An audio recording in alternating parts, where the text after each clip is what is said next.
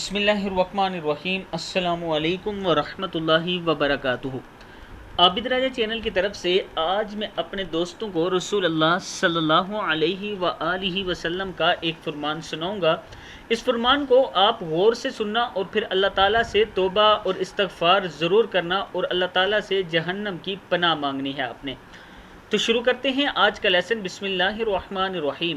آپ صلی اللہ علیہ وآلہ وسلم نے فرمایا، قیامت والے دن آدمی لایا جائے گا اور آگ میں ڈال دیا جائے گا، اس کی انتڑیاں باہر نکل آئیں گی، وہ انہیں لے کر ایسے گھومے گا جیسے گدھا چکی کے ساتھ گھومتا ہے، سو اس کے گرد جہنم جمع ہو جائے گی اور کہے گی، اے فلاں تجھے کیا ہوا؟ کیا تو نیکی کا حکم نہیں دیتا تھا اور برائی سے نیکی نہیں روکتا تھا؟ وہ کہے گا، ہاں یقیناً میں وہی ہوں، لیکن میرا حال یہ رہا کہ میں لوگوں کو تو نیکی کا حکم دیتا تھا لیکن خود عمل نہیں کرتا تھا، اور دوسروں کو تو برائی سے روکتا تھا لیکن خود اس کا ارتکاب کرتا تھا۔ صحیح بخاری کتاب کا حوالہ یہ موجود ہے، صحیح مسلم میں بھی یہ موجود ہے۔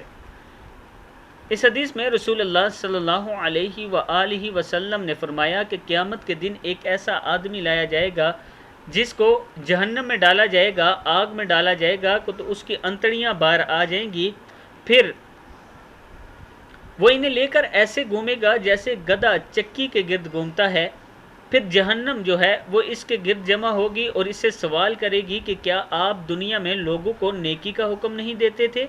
وہ فرمائے گا، میں ضرور نیکی کا حکم دیتا تھا لیکن خود اس پر عمل نہیں کرتا تھا، دوسروں کو برائی سے روکتا تھا لیکن خود اس کا ارتکاب کرتا تھا، اس وجہ سے مجھے یہ سزا ملی ہے۔ اب میں اپنے دوستوں سے گزارش کروں گا کہ جب دوسروں کو نیکی کا حکم دیتے ہیں تو خود بھی اس پر ضرور عمل کیا کریں۔ ضروری نہیں کہ پہلے آپ عمل کرتے ہوں اور پھر نیکی کا حکم دیں۔ فرض کیا ایک حدیث ابھی آپ تک پہنچی، آپ نے ابھی یہ سنی، آگے کسی کو بتائی اور اس کے بعد یہ ارادہ پکا کر لیا کریں کہ آج کے بعد میں اس پر عمل کروں گا، تو انشاءاللہ آپ اور ہم اس عذاب سے بچ سکتے ہیں۔ اللہ تعالیٰ سے ہمیشہ توبہ استغفار کرتے رہا کریں، اللہ تعالیٰ کے حضور سجدہ ریز ہوتے رہا کریں، نماز کی پابندی کریں اور اللہ سے جہنم کی پناہ مانگا کریں۔ اللہ ہی ہے جو ہم سب کو بچا سکتا ہے۔ اس ویڈیو کو آپ دوستوں نے آگے زیادہ سے زیادہ شیئر کرنا ہے۔ السلام علیکم ورحمۃ اللہ وبرکاتہ۔